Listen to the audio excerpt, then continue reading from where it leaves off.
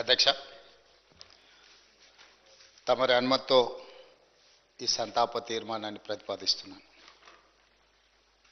తెలంగాణ శాసనసభ సభ్యులు శ్రీ మాగంటి గోపీనాథ్ గారి మృతి పట్ల ఈ సభ తన తీవ్ర సంతాపాన్ని వ్యక్తం చేస్తూ శోకార్తులైన వారి కుటుంబ సభ్యులకు ప్రగాఢ సానుభూతి తెలియజేస్తున్నాను.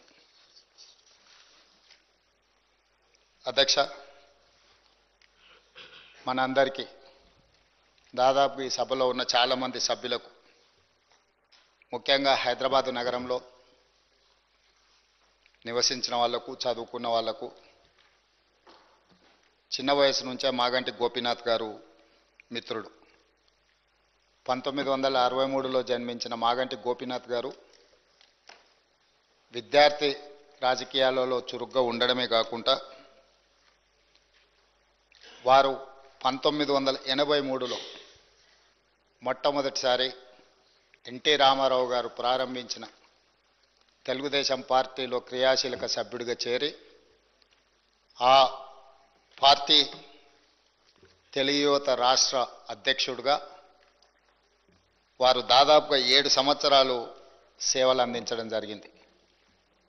1985 నుంచి 1992 వరకు తెలుగు యువత అధ్యక్షుడిగా, ఎన్టీ రామారావు గారి యొక్క పరమ భక్తుడిగా,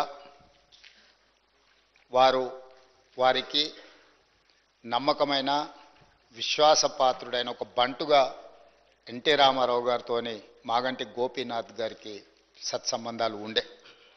అదేవిధంగా వారు అర్బన్ డెవలప్మెంట్ అథారిటీ డైరెక్టర్గా హైదరాబాద్, వినియోగదారుల ఫోరం సభ్యుడిగా వివిధ బాధ్యతలను వారు నెరవేరుస్తూ వచ్చిండ్రు.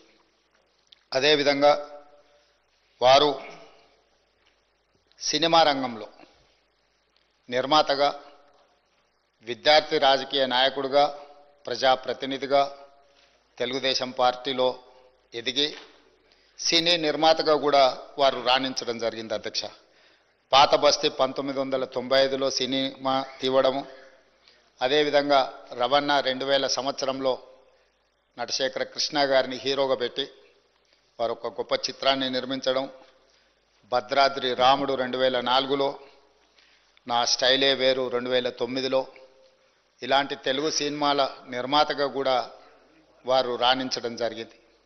అదేవిధంగా వారికి నాకు అత్యంత సన్నిహిత సంబంధాలు, ఒక మంచి మిత్రుడు అధ్యక్ష మాగంటి గోపీనాథ్ గారు.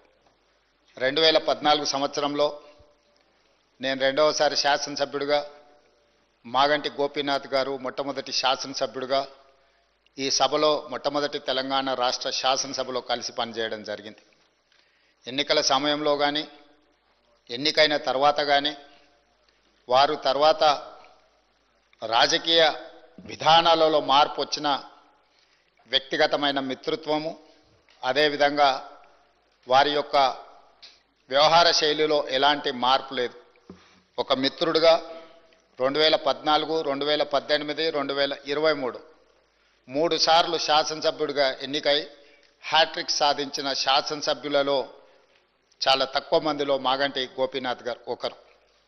ఈరోజు అనుకోని పరిస్థితుల్లో వారు అకాల మరణం చెందడం ఈ సభలో ఉన్న సభ్యులకే కాదు, వారి కుటుంబానికి, జంట నగరాలలో పేదలకు వారి లేని లోటు ఈరోజు మనందరం చూస్తున్నాం. జూన్ 8న వారు మరణించడం జూబ్లీహిల్స్ నియోజకవర్గ ప్రజలకు తీరని లోటు. అదేవిధంగా వారి కుటుంబానికి, వారి సోదరుడు, వారి తల్లి, వారి భార్య, కుమార్తె, కుమారుడు, వాళ్ళ కుటుంబ సభ్యులకు ఒక తీరని లోటు. ఎందుకంటే అకాల మరణం ఆ కుటుంబానికి తీరని దుఃఖాన్ని తీసుకొచ్చి పెట్టింది. జూబ్లీహిల్స్ నియోజకవర్గ ప్రజలకు కూడా చాలా లోటు. ఎందుకంటే సౌమ్యుడు, మితభాషి మాగంటి గోపి. వారు చాలా తక్కువ మాట్లాడతారు. చూడడానికి క్లాస్ లీడర్గా కనిపించిన మాగంటి గోపీనాథ్ ఒక మాస్ లీడర్. జూబ్లీహిల్స్ ప్రాంతంలో ఉండే, ఆ నియోజకవర్గంలో ఉండే బస్తీలలో పేదలతో వారికి ఉన్న సన్నిహిత సంబంధాలే రాజకీయాల పరిస్థితులు ఆటుపోట్లు ఉన్నా 3 సార్లు శాసనసభ్యుడిగా ఎన్నికై ఆ ప్రాంత ప్రజలకు వారు సేవలు అందించడం జరిగింది. ఈరోజు ఈ సభ వారి కుటుంబానికి మనందరం అండగా నిలబడాలి. అదేవిధంగా వారి ఆత్మకు శాంతి చేకూరాలి. అలాంటి అరుదైన ప్రజాసేవలో ఉన్న ప్రజాప్రతినిధులు కోల్పోవడము మనందరికీ తీరని లోటు. అందుకే తమరి అనుమతితో ఈ శాసనసభలో ఈ సంతాప తీర్మానాన్ని ప్రవేశపెట్టడమే కాకుండా ఆ కుటుంబానికి ప్రగాఢమైన సానుభూతి తెలియజేస్తూ వారి ఆత్మకు శాంతి చేకూరాలి అని భగవంతుడిని ప్రార్థిస్తూ తమరి దగ్గర సెలవు తీసుకుంటున్నాను అధ్యక్ష.